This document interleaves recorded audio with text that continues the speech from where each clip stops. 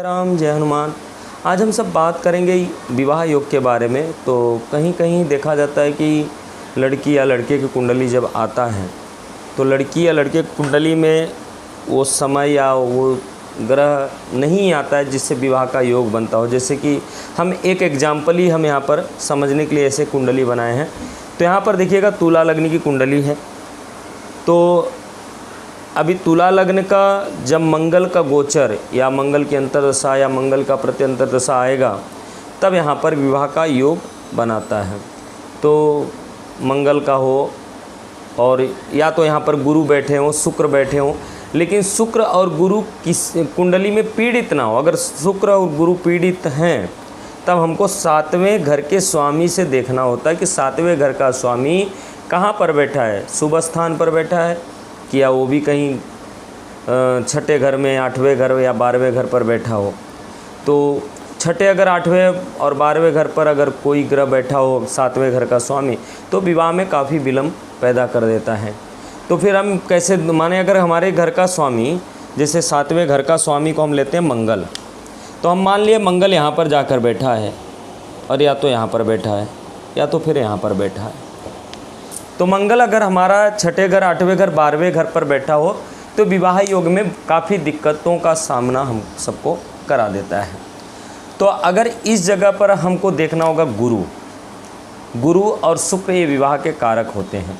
जैसे स्त्री की कुंडली, स्त्री से संबंधित अगर विवाह की जानकारी करना हो तो गुरु से होता है और पुरुषों की कुंडली शुक्र से होता है, क्योंकि गुरु का मतलब होता है पुरुष।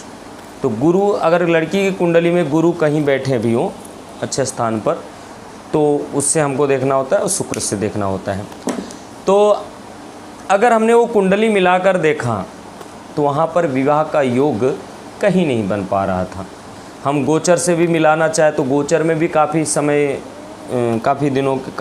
के बाद होगा, क्योंकि गोचर भी उसका सही नहीं चल पा रहा था और लड़की का भी उम्र काफ़ी बन गया। तब हम सबको देखना किससे चाहिए, मेन पॉइंट की बात जो हमारा अनुभव है हम आप सबको बताने वाले हैं।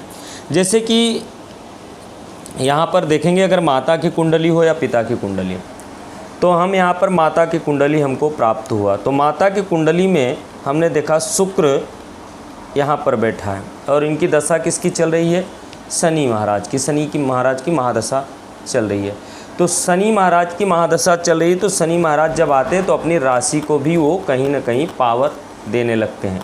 तो शनि की महादशा में शुक्र की अंतर्दशा आने वाली है, जो कि 7 अक्टूबर के बाद से शनि की महादशा में शुक्र की अंतर्दशा आने वाली है। तब हम यहाँ पर ये देखेंगे कि शुक्र जो है उनकी माता के कुंडली में चौथे घर पर बैठा है मकर राशि में। तो जब शनि की महादशा में शुक्र आएंगे तो ये शुक्र संतान के प्रति माने संतान से काफ़ी इनको सुख और शांति प्राप्त होगा। कोई मांगलिक कार्य करने का मतलब, कहने का मतलब ये होता है कि माता के चौथी भाव की कुंडली से हम पता कर सकते हैं, या चौथी घर से या तो लग्न से। इन 2 घरों से हमें ये पता चलता है कि हमारा बच्चा हमें कब खुशहाल जीवन देगा कि नहीं देगा, या उसका विवाह होगा कि नहीं होगा।